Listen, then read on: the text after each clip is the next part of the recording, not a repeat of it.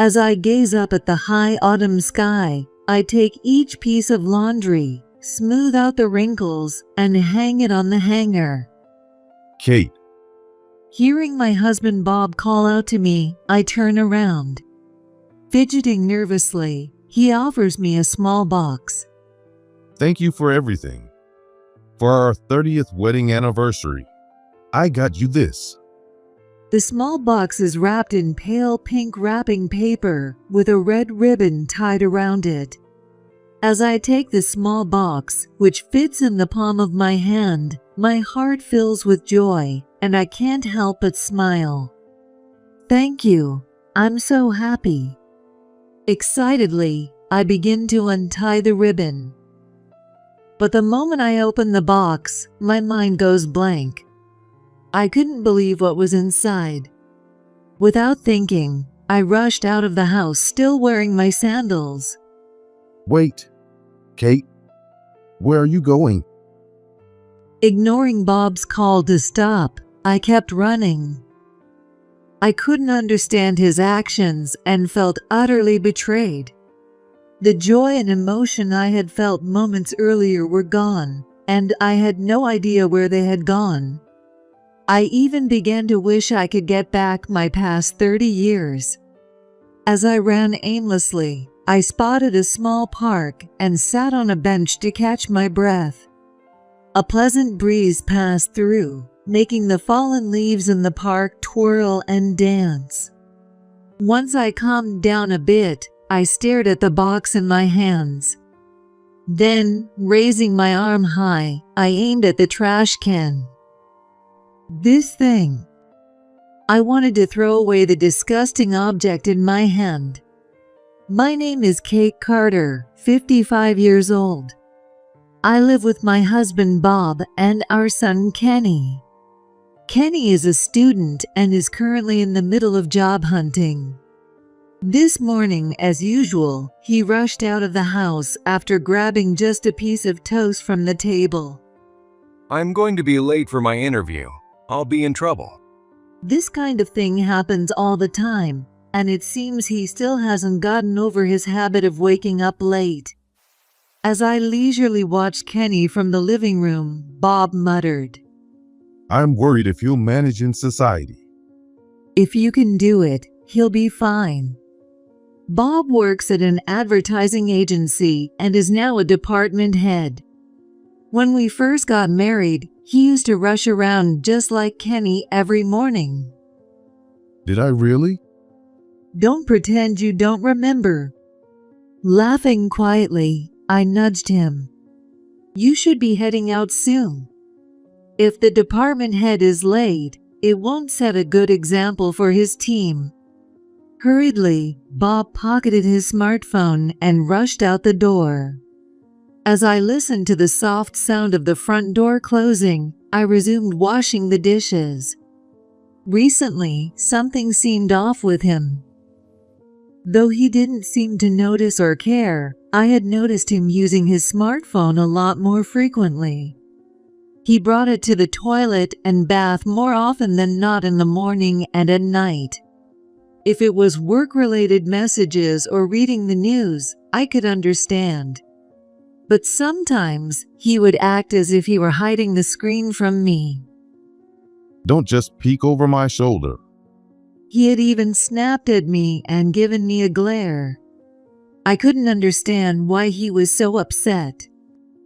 After finishing the dishes, I began to get ready to head out as well. I've been working as an administrative staff member at a hospital since Kenny started high school.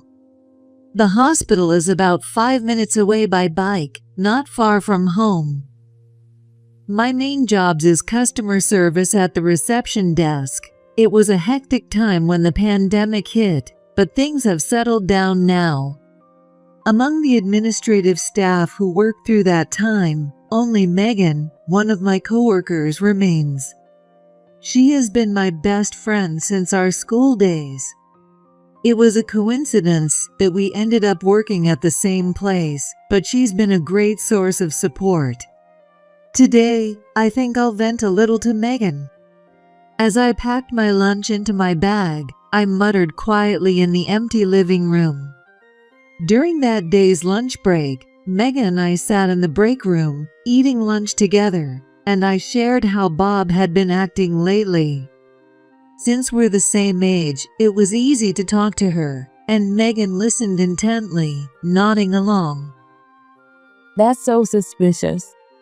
Right? It's been like this for months. Megan continued as she took a bite of her sandwich. Is there anything else? Like more weekend work or less conversation? I started picking at my lunch as I tried to recall. Now that you mention it, I wouldn't say I'm particularly chatty at home, but I do share one or two things that happened during the day. Like how the onions were on sale at the store, or how our neighbor gave us some limes. Small things, really, but Bob used to listen attentively and react to every little thing. Lately, though, all I get are cold responses like, well, or, oh, okay. And he's been locking himself in his room right after dinner, sometimes for hours without coming out.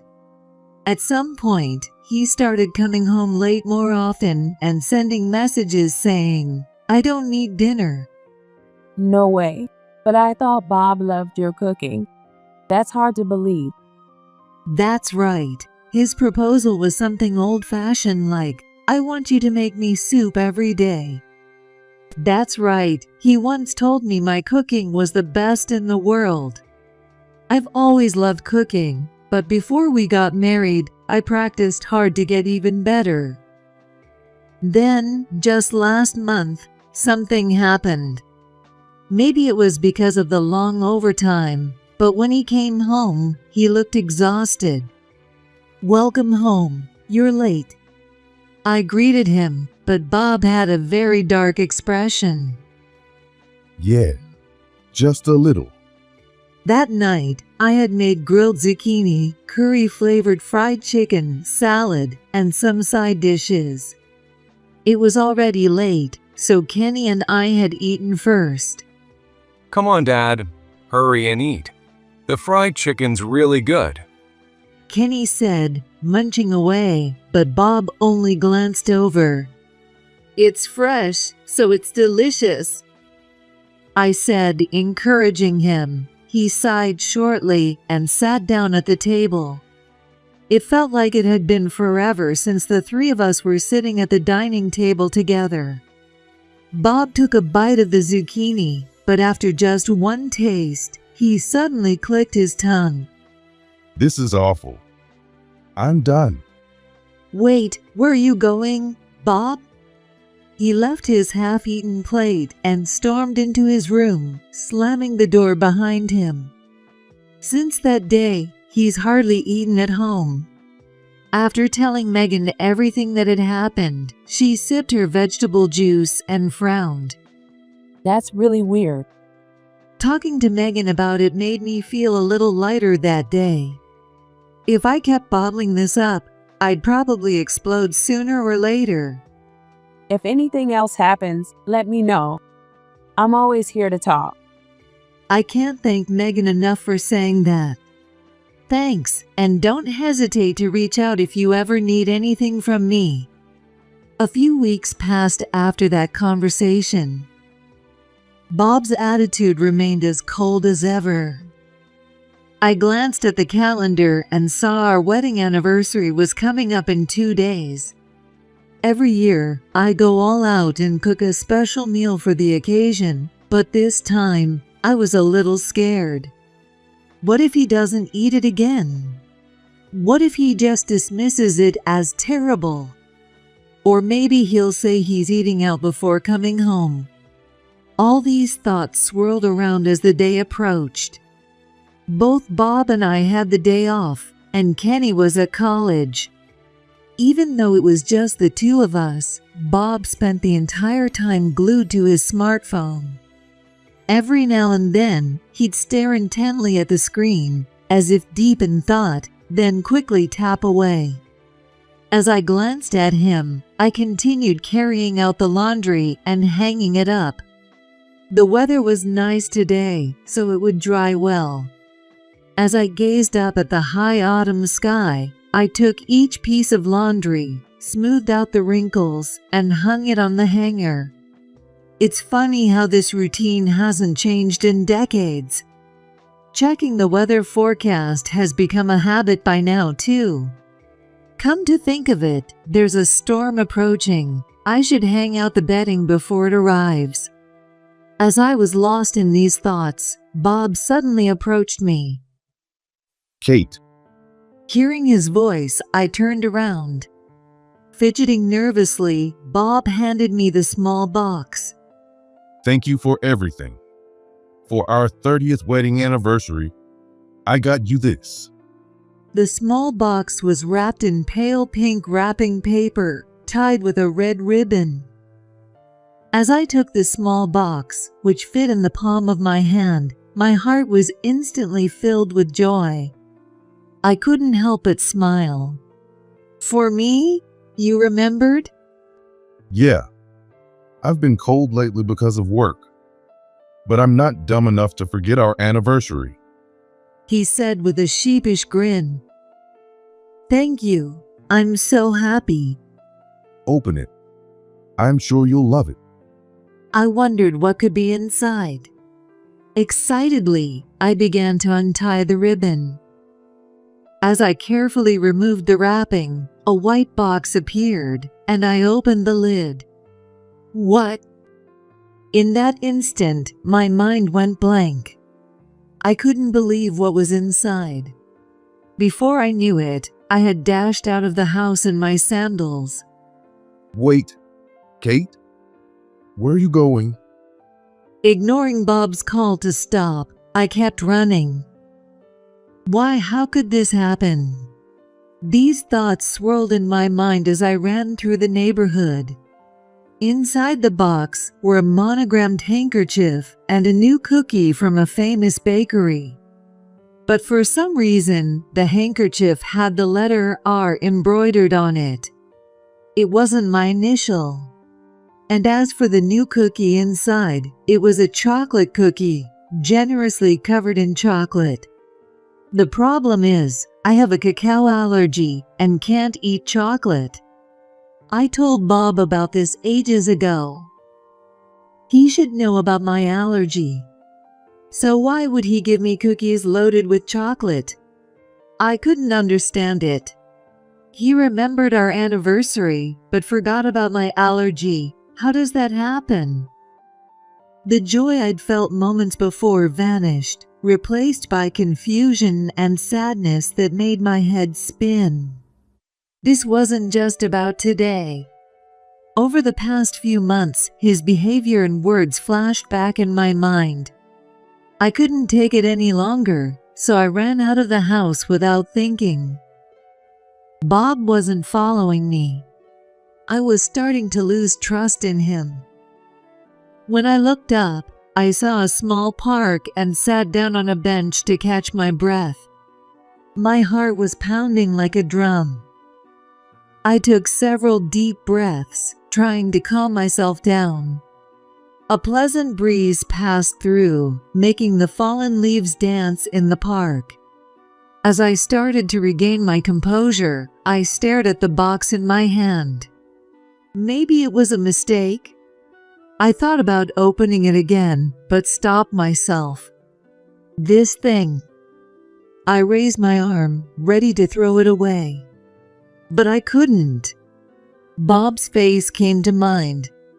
Slowly, I lowered my hand and gazed at the small white box. Then, I suddenly remembered that my phone was in my skirt pocket. With my free hand, I pulled out my phone and unlocked the screen. Megan's face came to mind. Desperate for someone to talk to, I called her, and thankfully, she answered. Hello? Kate, what's going on? Megan, I need to talk to you. In a shaky voice, I told her everything that had just happened. My explanation was so scattered, I wasn't even sure what I was saying myself. Still, Megan nodded along, saying, "Yeah, yeah," as she listened. Just like when she listened to me in the break room at work. I see. That's unforgivable. How could he do such a thing to my Kate? Megan, on the other end of the phone, was outraged, as if it had happened to her. Don't worry, I'm here for you. And after what he did, you don't need to stay silent.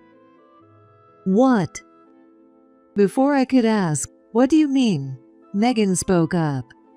You hire a private investigator to find out if he's cheating. A private investigator? But isn't that a bit much? You're being too soft. Mixing up his wife's initial and giving you chocolate when he knows about your allergy? From a third-party perspective, it's a clear red flag. She was getting more heated than I was and continued. I have a former college classmate, Mark Turner. He's a private investigator now and specializes in cases like cheating and infidelity. I never imagined that there would be a private investigator specializing in infidelity so close to me. It felt like something straight out of a TV drama or movie, and my head spun at the thought. "So what happens if I hire him?" I asked cautiously. Megan answered without hesitation. You'll find out if your husband is cheating. Plus, you'll probably learn who the other person is. The other person. Just hearing that made my heart race. Could there really be someone else? It all felt so surreal, like chasing shadows. Kate, whether or not you hire him is up to you, but I wouldn't recommend spending your days stuck in uncertainty. She added, "As your best friend." After the phone call, Megan gave me Mark's contact information and the name of his agency, and after much deliberation, I decided to reach out. I needed to know what Bob was hiding. Later that afternoon, once I had calmed down, I returned home, where Bob looked at me with a puzzled expression. Welcome back. Where were you? I brushed off the question with a vague reply, acting as if everything was normal, so he wouldn't suspect anything about the private investigator. I still had laundry to hang up. Bob tilted his head, confused, but didn't seem too concerned. No questions like, "Are you sure you're okay?" or "Are you feeling sick?" were none of the usual signs of care. You looked like you were staring at a bomb or something. He casually threw out the comment, as if it were nothing. It wasn't easy to keep calm and act normally, knowing I had hired someone to investigate Bob's possible infidelity. But a few days later, I got a call from Mark, and we arranged to meet at a cafe to go over the findings. When he saw me, he gave a slight nod. I didn't feel confident facing this alone, so I had Megan come with me for support. Hello, I'm Mark Turner. I've compiled the documents regarding Bob Carter for you. Without much of an introduction, he began spreading out several documents. To get straight to the point, your husband is having an affair. He clasped his slender fingers in front of him, wearing a serious expression as he delivered the news. I didn't know what to say, and I simply stared at him, frozen. We've also identified the other person. This woman here, Rachel Anderson, is a colleague who works under your husband. He laid out a stack of photos, one by one. There were photos of Rachel meeting Bob in the car and entering restaurants. The most damning was a photo of them leaving a hotel, where Bob's face was clearly visible. Seeing all the evidence laid out in front of me, I felt a pain so intense that it seemed like my chest would burst. My breathing became shallow, and the background noise of the cafe faded away. Megan was sitting next to me, nodding seriously and saying something. But I couldn't hear a word she was saying. Suddenly, Megan reached for one of the photos, It showed Bob and Rachel walking arm in arm into a bakery. The sign outside was from the same famous bakery that sold the cookies Bob had given me. The fact that there were several photos like this suggested they had visited the bakery more than once. Kate, are you okay? You look pale. Megan peered in with concern. What kind of expression was I making? Even Mark looked surprised and flustered. Are you okay? You look really pale. Confronted with reality, it seemed I had lost color without even realizing it. Well, I'm fine.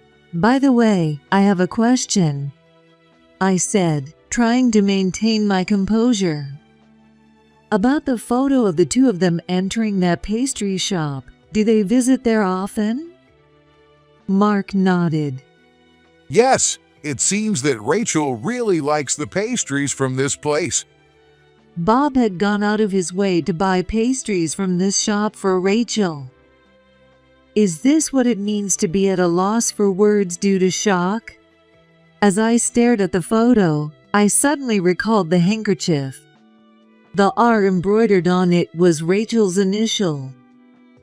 In other words, that light pink box was a gift prepared not for me, but for Rachel. It must have been for her. I murmured in astonishment, and both Megan and Mark looked puzzled. After talking for a while longer, we left the shop.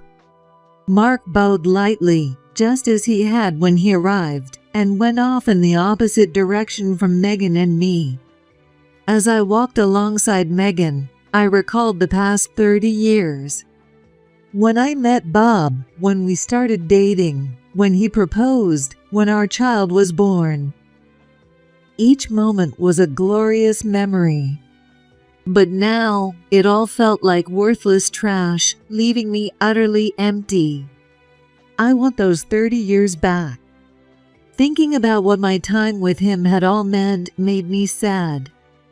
Just as I felt tears welling up, a voice suddenly called out to me. Mom, Looking up, there was Kenny. I just finished my lecture, and I'm on my way home now. Is something wrong?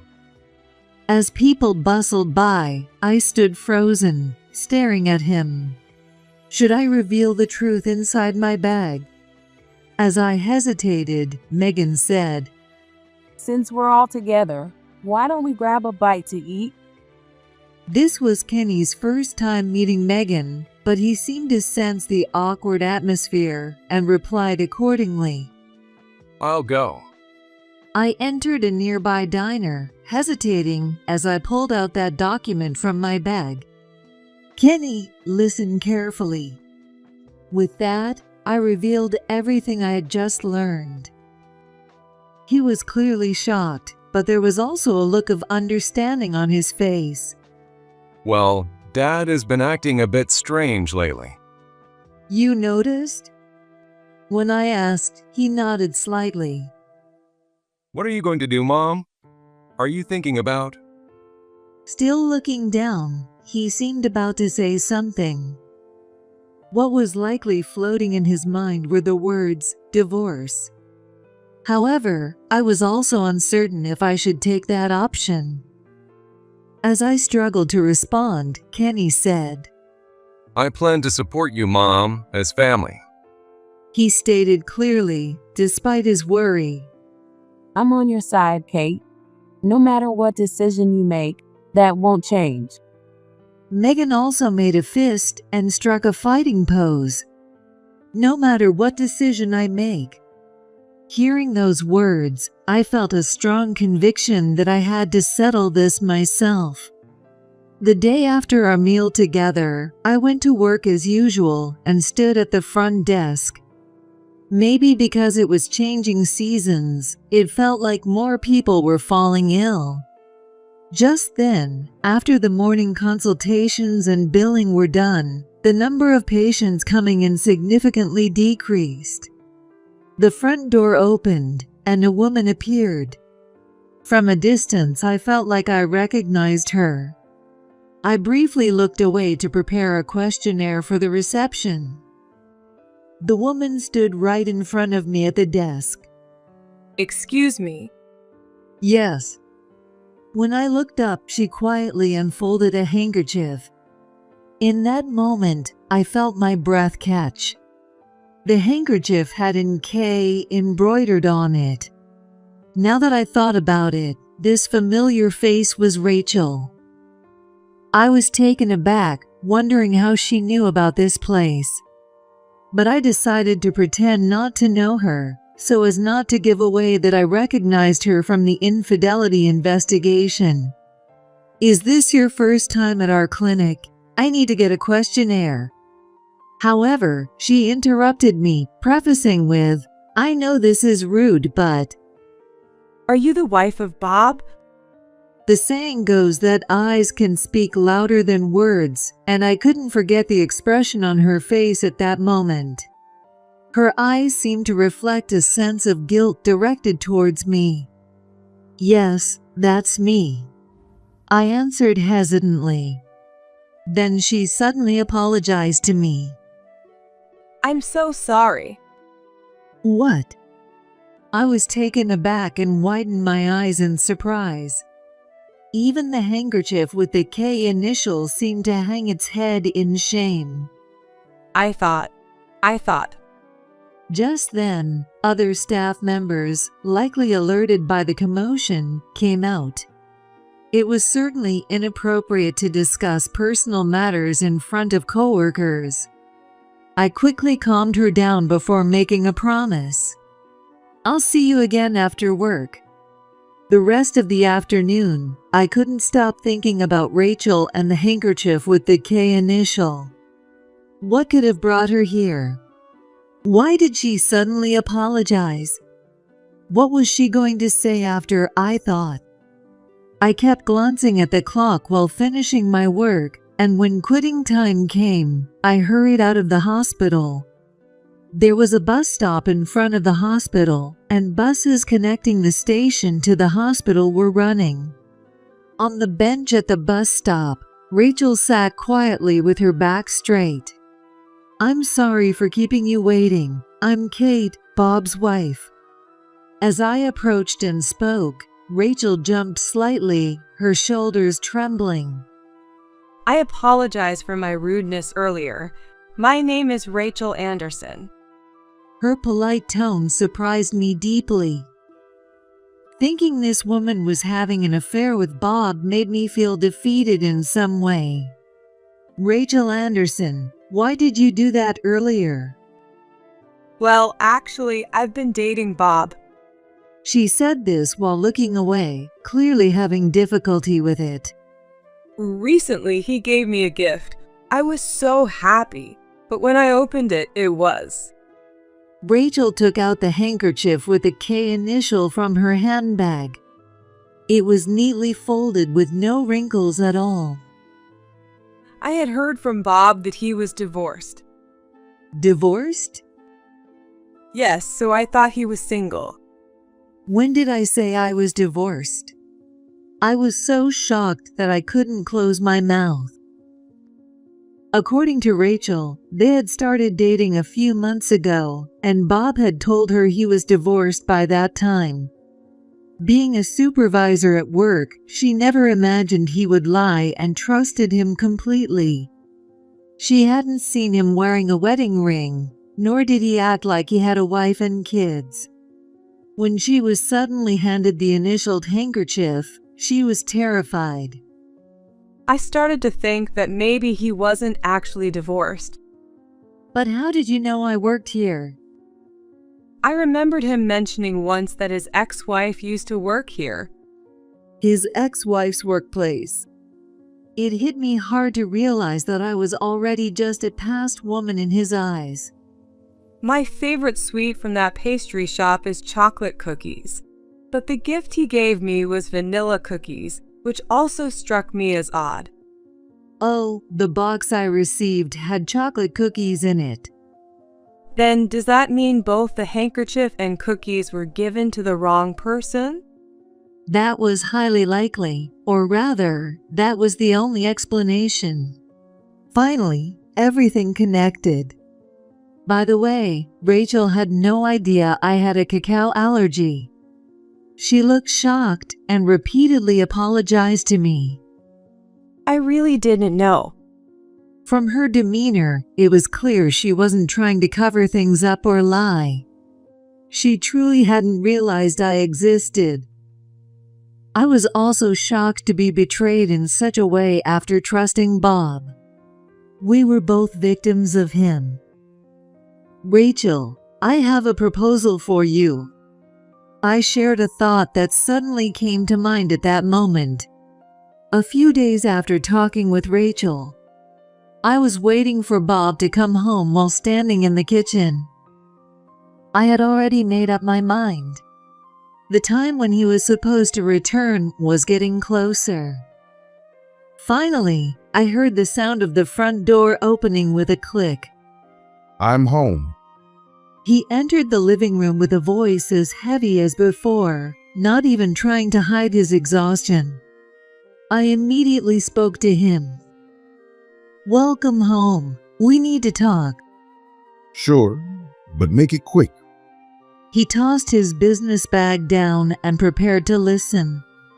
I took out the small box given to me on our 30th wedding anniversary. I opened the lid and showed him the handkerchief with the R initial and the chocolate cookies, and I noticed Bob's gaze wandering slightly. Thanks for the other day. By the way, what's this handkerchief? I pointed at it and pressed him for an answer. Bob hesitated for a moment, but then forced a weak smile. Well, it's just a souvenir. A souvenir? For what?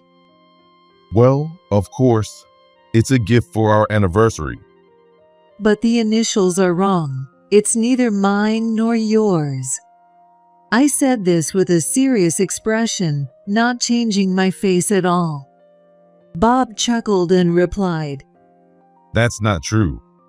It's not initials. There's a brand called R. His excuse was too flimsy. I wanted to ask what kind of brand it was, but if I did, the night would fade away. When I fell silent in disbelief, Bob seemed to think he had convinced me. Is that enough? I'm tired and want to rest. I felt irritation at his smile, which seemed confident of victory, and I paused. Wait a minute, I have a guest coming over. When I called, Rachel entered the living room. Gosh, why are you? Bob was astonished to see her, and his face turned pale. He stared as if he were seeing a ghost, for Rachel was standing there. She furrowed her brows and stared intently at Bob. In her hand, she held a handkerchief with the K initial. Oh, do you know each other? This is the first time I'm introducing her to you. No, Bob, that's not true, right? We've been in love for a long time. Bob was at a loss for words, mouth agape. In front of him, I revealed more evidence. I spread out the documents of infidelity evidence and several photos I had compiled in a slightly larger envelope. Photos of Rachel happily entering the pastry shop with Bob. Photos of them coming out of a hotel. Photos of them enjoying a meal at a fancy restaurant. I couldn't tell how each photo appeared in his eyes. He could only stare in astonishment. When the last photo fell, he said with a pale face, What's this? Hey, what's your relationship with Rachel? She's, well, just one of my team members at work. The idea that we're in love is a lie. When I glanced at Rachel, a clear look of displeasure appeared on her face. These photos are nothing. It was just a work-related meal with a meeting thrown in. Though he spoke in a flustered manner, it was obvious he was lying. They say when people lie, they cover their mouths with their hands. Just like Bob was doing now. Really? Just a meal? I picked one photo and scrutinized it closely. Where in that photo of the two of them laughing at the restaurant could I see them discussing work? It seems like a pretty fun job, doesn't it? I pressed on, keeping my expression unchanged and remaining calm as I confronted Bob. He only continued to sweat while staring at me. What's going on, Bob? Rachel quietly stepped closer to him and asked, I trusted you. So what is this? Oh, Rachel, that's not it. She's not my ex-wife. She's just a distant relative. A distant relative? Is this house yours then? Whose house did you come back to? Anger began to rise on her face gradually. I thought her head might sprout horns. As for Bob, he was left sputtering meaningless words like well and He was probably desperately trying to figure out what to say to convince Rachel and me. But it was futile. He was failing to answer Rachel's rapid-fire questions. You told me you were divorced. Explain what this is. Divorced? Well, He glanced at me and shrugged as if trying to evade the question. maybe I said it, or maybe I didn't. He avoided making eye contact with Rachel and turned away from me.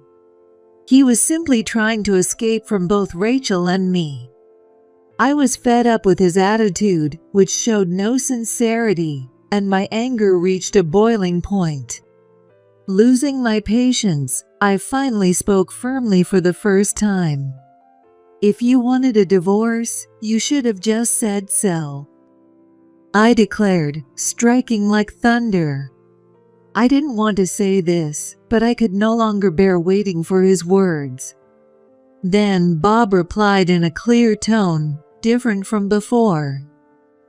Kate, I don't want a divorce.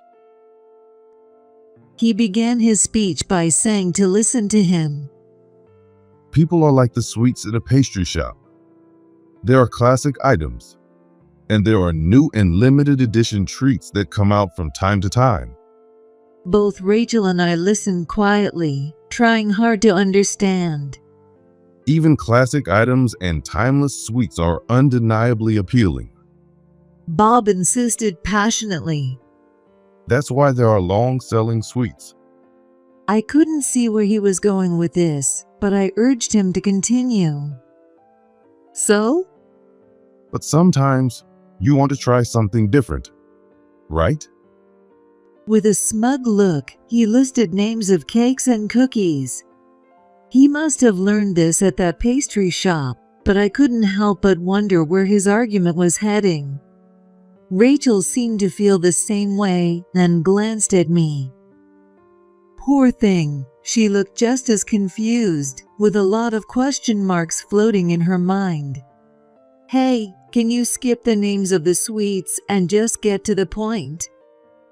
I sighed and told him. Turning toward me, Bob said, What I mean is, besides you being at home all the time, sometimes I just want to casually hang out with someone different. Rachel and I were both speechless at his words. What on earth is he saying?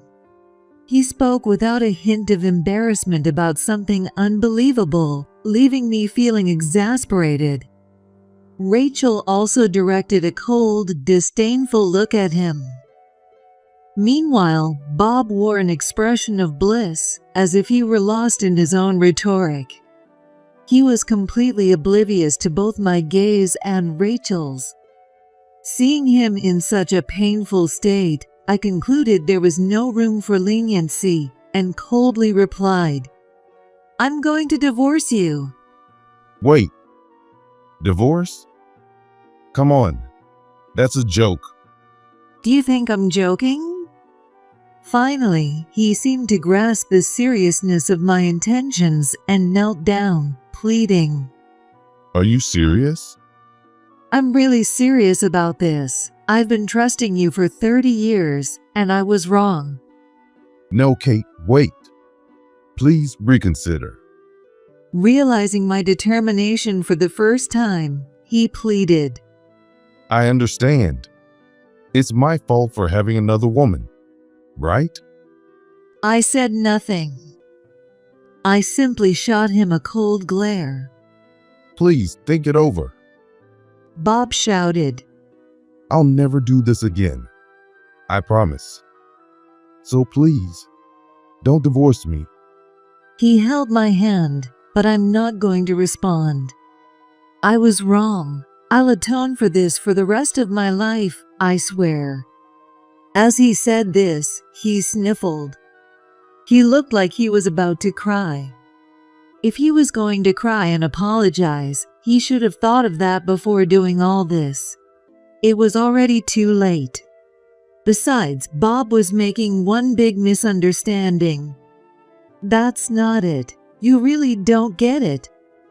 I crossed my arms and quietly murmured, Do you remember that I have a cocoa allergy? What? He looked up at me, startled. I thought you would realize it eventually, but you didn't? I've mentioned it multiple times before. A cocoa allergy? That's just a preference issue. I felt something snap inside me. Don't joke around. Back then, you casually said, you looked like you saw a bomb. You were right. I picked up the chocolate cookies and the handkerchief I had on the table. I could no longer suppress my emotions. My insides were boiling with rage. Receiving cookies with cocoa is the same as receiving a time bomb. I wound up and threw the handkerchief at Bob. As I was about to throw the cookies too, Rachel stopped me. Bob stood there, his mouth agape, staring in disbelief at the handkerchief that fluttered in the air. What? Am I being discarded? Rachel, you're not leaving me, right? He gazed at Rachel with tear-filled eyes, desperately pleading. But Rachel, contrary to his expectations, shouted, Don't you dare insult me. I've lost all respect for you, Bob. Stay away from me. Bob looked as if he had been hit with a blunt object. He then noticed Kenny standing at the entrance to the living room. Kenny had been hiding in the shadows, witnessing everything. Unbelievable. This traitor. Bob could only lower his head deeply, feeling defeated as even his own son looked at him coldly. After that, we didn't have any further discussions and got divorced. Bob signed the divorce papers with a gloomy face, as if it were the end of the world.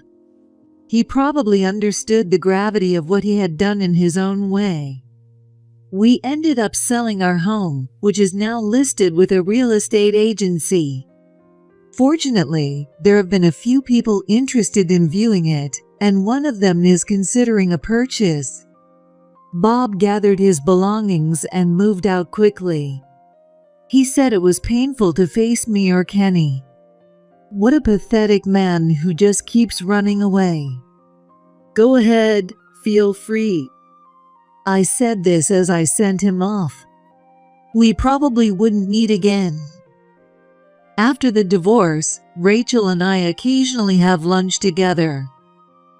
On sunny afternoons, we have a late lunch and have started asking each other about our recent happenings and about Bob's situation. When the rumors of Bob's affair with Rachel spread, he began to hear whispers from other employees.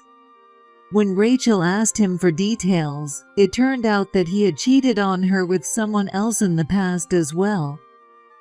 I heard that back then. Everyone thought it was unbelievable. They couldn't believe it. But was it really true? Rachel nodded awkwardly in response to my question. Bob really had been swapping partners while going back and forth between the same workplace and our home. Thinking about that sent a chill down my spine, making me feel genuinely sick. What kind of nerve does he have? And then he was demoted, so now he's pretty far down the ladder. If you think about it, it's his own fault, but I really hope he reflects on it. Rachel later quit the same workplace as Bob and started looking for a new jobs. She said it felt disgusting to be in the same space as him.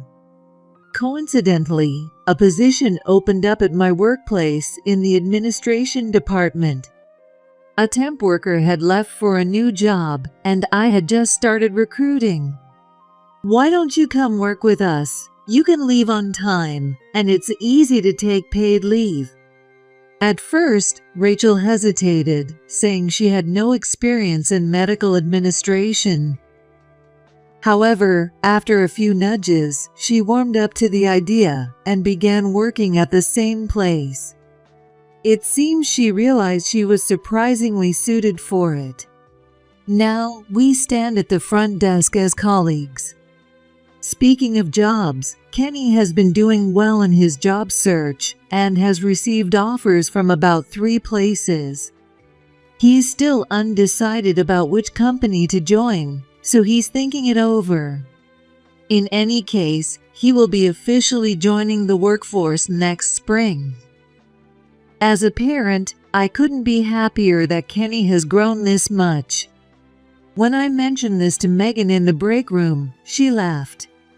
Come on, you're secretly a little sad, aren't you? She teased, and Rachel giggled along. You were worried about his job hunting the whole time. Well, of course I'd be worried. That's normal. I blushed a little as I took a bite of the egg sandwiches from my lunch. Still, now that I'm alone at home, I feel like I have too much free time on my hands. Having become single, I'm considering trying something new. Kate, you're good at cooking. Why not start a class? A cooking class? I widened my eyes at the unexpected suggestion. I had thought about doing it in the past, but back then, Kenny was still young, and I couldn't open a class. Now, I might be able to give it a shot. Maybe I should give it a try. I set out to pursue my own happiness, stepping forward with a long-held dream.